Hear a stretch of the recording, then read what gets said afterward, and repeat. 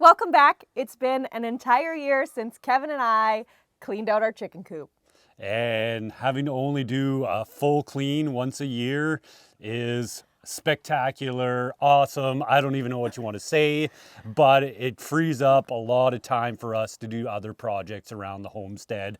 And I'm sure, like everybody else, you got a big to-do list of things to do. So any way that you can, anytime you can give yourself some extra time back, it's a benefit. First thing you'll probably notice is we have different nesting boxes. So this spring we added a bunch new laying hens.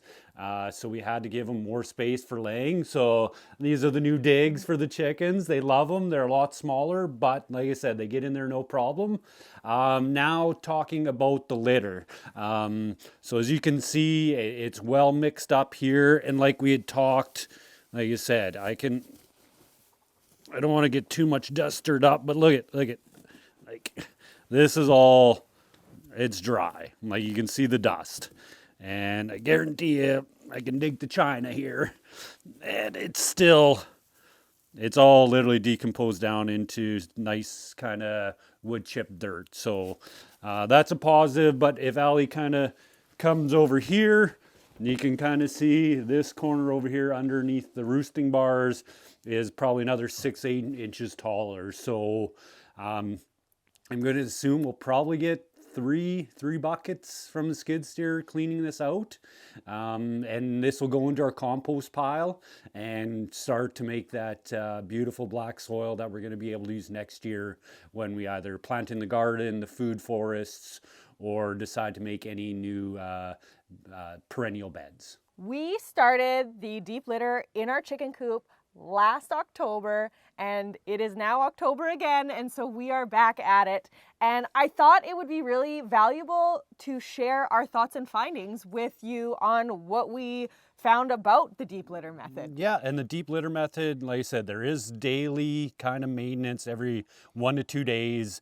You need to get in there and you need to scrape off kind of your roosting bars, your poop, we call them poop shields, but the wood that's going over top of our nesting boxes, and then the runways in front of the nesting boxes. So that has to be done 1 to every 2 days, but you scrape it off into the bottom and the chickens do all the work. Absolutely. And then after, like, the daily maintenance is very minor. Honestly, it takes like a couple minutes. Really, it's not long. Yeah. And then after the daily maintenance, there is weekly maintenance or, bi-weekly maintenance as well. So what we do every 1 to 2 weeks, depending on how the coop is we will clean out all the shavings from the nesting boxes and lay them on the floor. We'll top up the nesting boxes with fresh shavings, and then we'll add some peat moss, hemp bedding, and a little bit more wood shavings to the floor.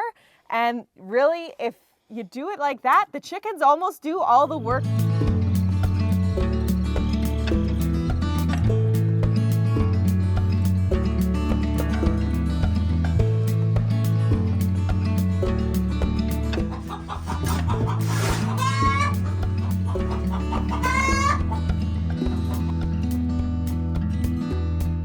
So while Kevin is cleaning out the coop, I went and got the dust bath. So I'm gonna get the dust bath ready to go for this winter.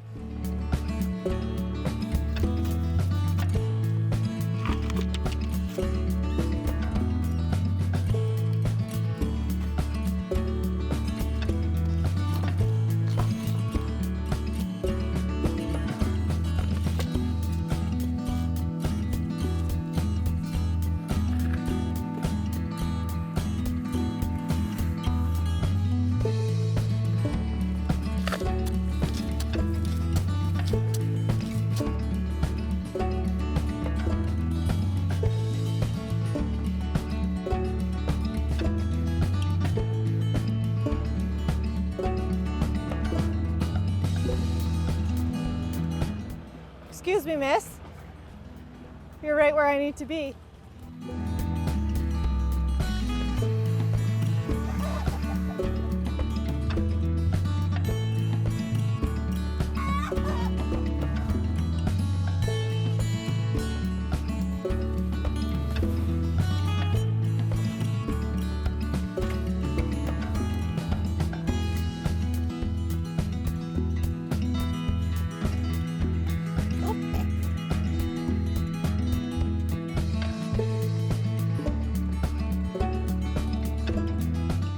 I worked up quite the sweat getting rid of all the bedding. Now that you can see, we kind of got this one corner all cleared out, and this was kind of a problem area for us. So you can see in the back there's already a chicken in there, so they like to go tuck back in there and lay eggs, which can be a little bit of a pain in the butt when you're going to grab them, especially at night when the birds are already on the roosts. And you can do the math and decide what might happen in that situation.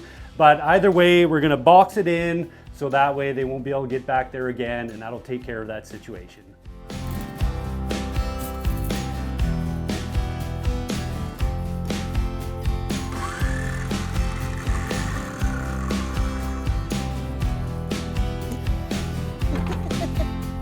Psych!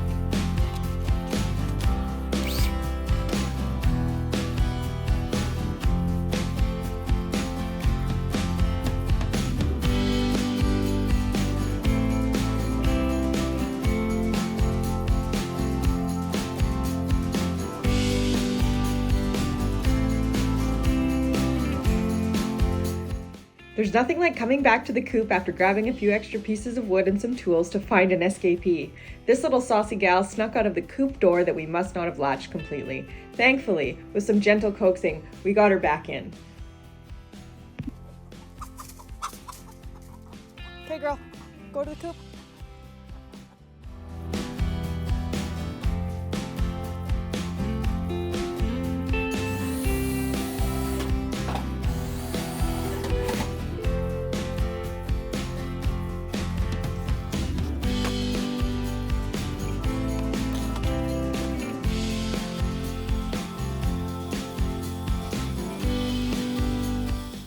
That went fairly quickly. I had 4 boards that I needed to cut. One on the back, one on the bottom, 2 on the side so I could secure my plywood.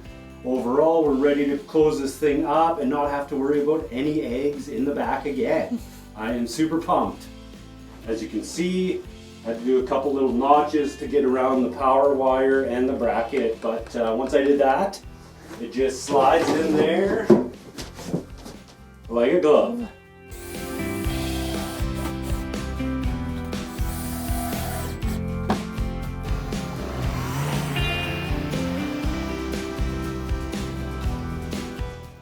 Problem corner taken care of. Now we can move on to the last thing that we have to do is empty the nesting boxes and refreshen them.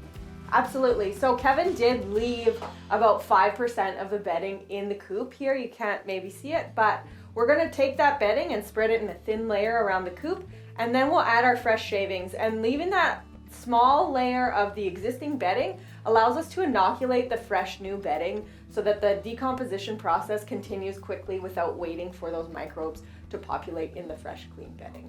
So we'll do that. We'll change the nesting boxes, refreshen with our wood chips, wood shavings, hemp, and peat moss, and we can call Refresh 2023, getting ready for winter, deep litter method all wrapped up. We are pumped to not have to do this until next October. Yeah.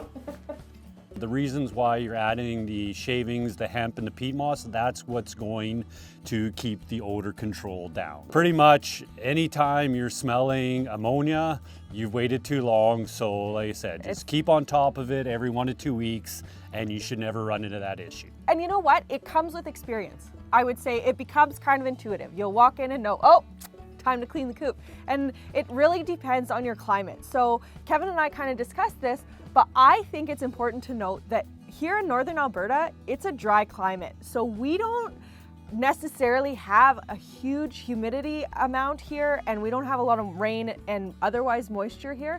So that allows us a lot longer time in between refreshing and full coop cleanup. Yeah, and it literally allowed us for this whole year. At no point did you go and lift the bedding up in your hands and it was wet. Like No. At any point, you know, this in the fall, winter, spring, over the summer, you could literally put your hand down into the bottom of the deep litter and lift it up, and it was all dry.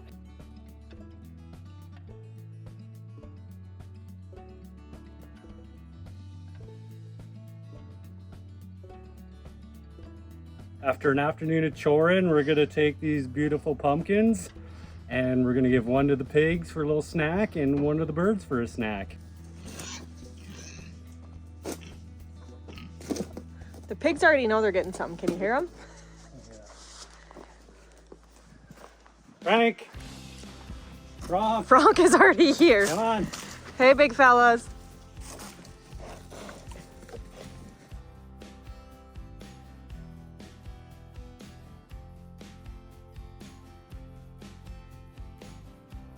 Hey, there you go, buddy. And yes, pigs do wag their tails. Just like the pigs, the chickens love their pumpkins. Hey guys, look what I got. Chick, chick, chick, chick, chick, chick, chick, chick. You guys, chick, chick, chick, chick.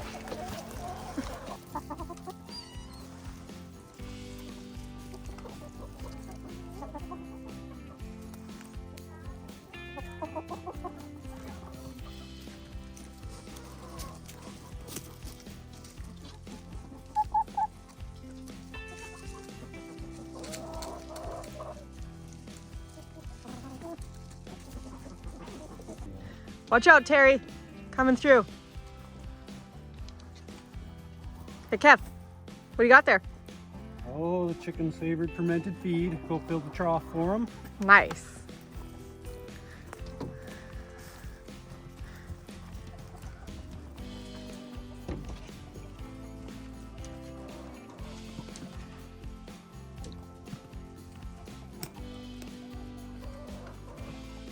And a little extra. Scratching.